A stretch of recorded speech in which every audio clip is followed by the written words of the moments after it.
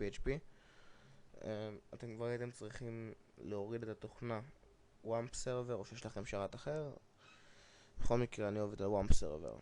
אז אחרי שהפעלתם את התוכנה, יופיע לכם פה הסימן הקטן הזה. לחיצה שמאלית עליו תוביל התפריט שלו.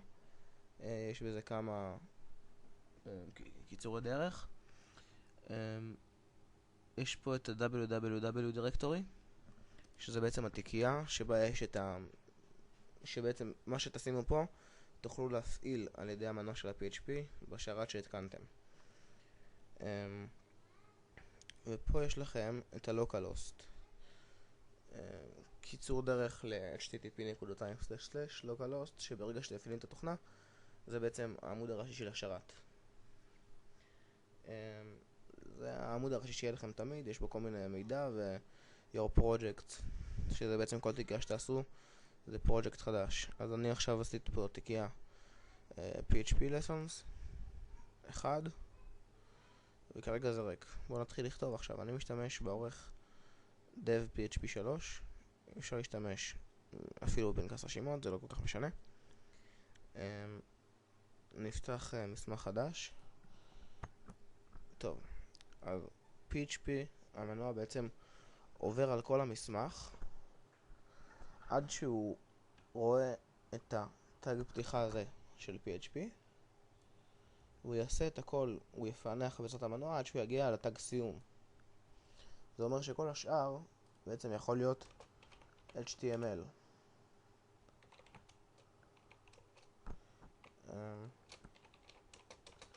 נכתוב משהו קטן ב-HTML.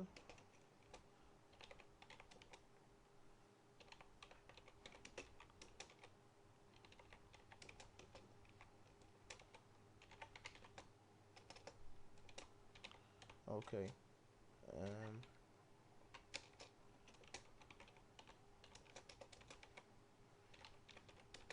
עכשיו, ב-PHP גם יש אפשרות להוציא פלט למסך בעזרת הפקודה echo, ואחרי זה מחרוזת ב-PHP יכול להיות או בגרשיים כאלה או בגרש. Hello World, דוגמה ראשונה שלנו. נקודה פסיק אחרי כל פקודה ב-PHP זה חובה. אז הפקודה הראשונה שאנחנו עשינו, echo hello world. אני אשמור בשם, save as. תנווטו במחשב שלי איזה דיסק ששמרתם את זה. אני שמרתי בקולן E את הוואמפ www, פשוט התיקייה. אני שומר את זה כאינדקס.php. האינדקס.php זה הדף הראשון שיפעל שיכנסו לתיקייה. אז PHP lessons 1,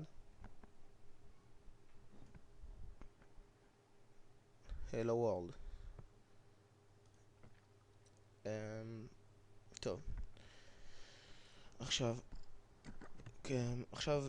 ב-PHP אפשר לעשות הערות. זה אומר שאתה יכול לכתוב בעצמך מילים שהמפענח יתעלם מהם. את זה אפשר לעשות על ידי כתיבת שתי סלאשים כאלה, צד ימין. אחרי זה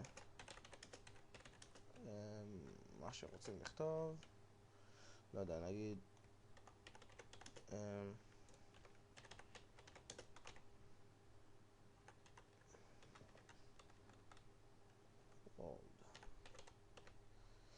אפשר, זה רק עד סוף השורה, זה בעצם יהיה הערה. אפשר לעשות הערות בצורה כזאת. פה אני עושה לוחסן וכוכבית. עד שאני אעשה את הסימן הסוגר, כוכבית ולוחסן, כל מה שבאמצע זה הערה. לא יודע, לכתוב מה שרוצים. השרת יתעלם מזה. אפשרות שלישית היא סולמית ואז זה הערה. זהו, אתם רואים גם העורך טקסט הזה עושה את הערות בצבע מיוחד כדי שאני אדע שזה הערה. בכלל רוצה את כל הקוד, אני ממליץ על העורך הזה. יותר קל לקרוא את הקוד.